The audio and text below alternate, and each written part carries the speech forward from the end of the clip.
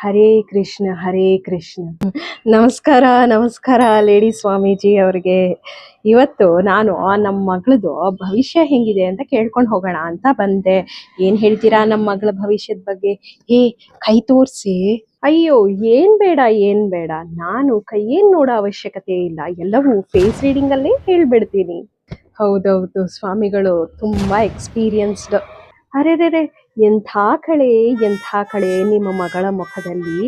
ಅದರ ಜೊತೆಗೆ ಏನಮ್ಮ, ನಿಮ್ಮ ಮನೆಯಲ್ಲಿ ಲಕ್ಷ್ಮಿ ಕಾಲ್ ಮುರ್ಕೊಂಡ್ ಬಿದ್ದಿದ್ದಾಳೆ. ನಿಮ್ಮ ಮಗಳಿಗಂತೂ ರಾಜಯೋಗನೇ ಕೂಡ್ ಬಂದಿದೆ. ನಿಮ್ಮ ಮಗಳು ಸದ್ಯದಲ್ಲೇನೆ ಫಾರಿನ್ ಟ್ರಿಪ್ಗೂ ಹೋಗ್ತಾಳೆ. ಏನೋ ಸ್ವಾಮಿ, ನನಗಂತೂ ತಿಳಿತಾನೇ ಇಲ್ಲ. ಯಾವಾಗ್ಲೂ ಗಲಾಟೆ ಮಾಡ್ತಾನೆ ಇರ್ತಾಳೆ, ಒಂದಲ್ಲ ಒಂದ್ ವಿಷಯಕ್ಕೆ ಸಿಕ್ಕಾಪಟ್ಟೆ ಕೋಪ. ನಾನು ಏನ್ ಹೇಳಿದ್ರು ಕೇಳೋದೇ ಇಲ್ಲ ಅಂತೀನಿ ಅವಳು. ಓ ಹೌದಾ, ಇಷ್ಟಕ್ಕೆಲ್ಲ ನೀವ್ ಯಾಕೆ ಯೋಚನೆ ಮಾಡ್ತೀರಾ? ನಮ್ಮ ಹತ್ರ ಒಂದು ಪ್ಯಾಕೇಜ್ ಪೂಜೆ ಮಾಡಿಸ್ಬಿಡಿ. ಅದರಿಂದ ನಿಮ್ಮ ಮಗಳಿಗೆ ತುಂಬಾನೇ ಒಳ್ಳೇದಾಗತ್ತೆ. ಜೊತೆಗೆ ನೀವು ಹೇಳ್ದಂಗೆಲ್ಲ ಕೇಳ್ತಾಳೆ ಅಂತೀನಿ. ಮೊದಲನೇ ಪೂಜೆ ಬಂದು 20,000, ಅಂದ್ರೆ 1 ತಿಂಗಳು ನಿಮ್ಮ ಮಗಳು ಕೋಪನೇ ಮಾಡ್ಕೊಳ್ಳೋದಿಲ್ಲ.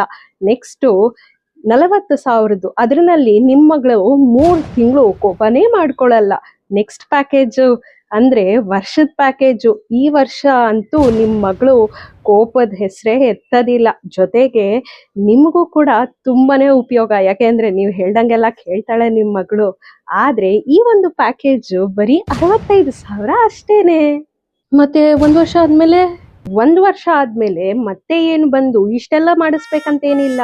ನೀವು ಆ ಪೂಜೆನ ರೆನ್ಯೂವಲ್ ಮಾಡಿಸ್ಕೊಂಡ್ರೆ ಸಾಕು. ಇದೇ ತರ ಹೋದ ವರ್ಷನೂ ಪೂಜೆ ಮಾಡಿಸಿದ್ದೆ ಸ್ವಾಮೀಜಿ, ಆದ್ರೆ ಏನು ವರ್ಕೌಟ್ ಆಗಿಲ್ಲ. ಅದೇ ನಮ್ ಕುಲಸ್ವಾಮಿ ಇದ್ರಲ್ಲ, ಅವರೇ ಮಾಡ್ಕೊಟ್ಟಿದ್ದು. ಅಯ್ಯಯ್ಯೋ, ಇವಳು ಗೊತ್ತಾಗೋಯ್ತಾ ಹಿಂಗೆ ನಾನು ಡವ್ ಮಾಡ್ತಾ ಇದ್ದೀನಿ ಅಂತ? ನೋಡಿ ಅಮ್ಮ, ನೀವು ಆ ಪೂಜೆ ಮಾಡಿಸಿದ್ದೆ ಬೇರೆ ಉದ್ದೇಶಕ್ಕೆ ಅನ್ಸುತ್ತೆ, ಅಥವಾ ನೀವು ಆ ಪೂಜೆ ಮಾಡಿಸಿದ್ಮೇಲೆ ರಿನ್ಯೂವಲ್ ತಗೊಂಡಿರ್ಲಿಲ್ಲ ಅಂತ ಕಾಣುತ್ತೆ. ಅದಕ್ಕೆ ಆ ಪೂಜೆ ನಿಮ್ಗೆ ವರ್ಕೌಟ್ ಆಗಿಲ್ಲ. ಇವಾಗ ಒಂದು ಕೆಲಸ ಮಾಡಿ, ಇವಾಗ 65,000 ಅಂದ್ರೆ 1 ವರ್ಷದನ್ನ ಪೂಜೆ ಮಾಡಿಸ್ಕೊಳ್ಳಿ. ಅದಾದ್ಮೇಲಿಂದ ಆ ಪೂಜೆಗೆ ರೆನ್ಯೂವಲ್ ಮಾಡಿಸ್ಕೊಳ್ಳಿ. ನೀವು ರೆನ್ಯೂವಲ್ ಮಾಡಿಸ್ಕೊಬೇಕು ಅಂದಾಗ ಹೇಳಿ, ನನಗೆ ಡಿಸ್ಕೌಂಟ್ ಕಾರ್ಡ್ ಕೂಡ ಕೊಡ್ತೀವಿ ಅದ್ರ ಮೇಲೆ. ಹಾ, ವರ್ಷದ ಪೂಜೆನಲ್ಲಿ ಡಿಸ್ಕೌಂಟ್ ಬೇರೆ ಸಿಗುತ್ತಾ? ಒಂದು ಕೆಲಸ ಮಾಡಿ, ಎಲ್ಲಾನು ಸರಿ ಹೋಗುತ್ತೆ. ನಾನೊಂದು ಮಂತ್ರಿಸಿರುವಂತಹ ನಿಂಬೆಹಣ್ಣು ಕೊಡ್ತೀನಿ. ಈ ಒಂದು ನಿಂಬೆಹಣ್ಣ ನಿಮ್ಮ ಮಗಳು ಮಲ್ಕೊಳ್ಳೋ ಅಂತ ಡಿಮ್ ಕೆಳಗಡೆ ಇಟ್ಬಿಡಿ. ಲಾಸ್ಟ್ ಟೈಮು ಹಿಂಗೆ ಹಿಡಿದ್ವಿ ಸ್ವಾಮೀಜಿ, ಆದ್ರೆ ಏನು ವರ್ಕೌಟ್ ಆಗಿಲ್ಲ. ಇವಳಿಗೆ ನಮ್ಮ ಬಗ್ಗೆ ಏನೋ ಗೊತ್ತಾಗಿದೆ ಅನ್ಸುತ್ತೆ. ಇರ್ಲಿ, ಮಾಡ್ತೀನಿ. ನೋಡಿ ಅಮ್ಮ, ನಿಮ್ ಮಗಳು ಕೋಪ ಕಮ್ಮಿ ಮಾಡ್ಕೊಳ್ಬೇಕು ತಾನೆ, ನೀವು ಹೇಳ್ದಾಗೆಲ್ಲ ಕೇಳ್ಬೇಕು ತಾನೆ. ಹಾಗಾದ್ರೆ ಕರ್ಕೊಂಡ್ ಬನ್ನಿ, ಪೂಜೆ ಮಾಡ್ಸೋಣಂತೆ. ಆದ್ರೆ ಈಗ ಹೇಳೋದಕ್ಕೂ ಕೇಳೋದಕ್ಕೂ ಸಮಯವಲ್ಲ, ನನಗೆ ಏಕಾಂತದ ಸಮಯ. ನೀವಿನ್ನ ಹೊರಡ್ಬೋದು.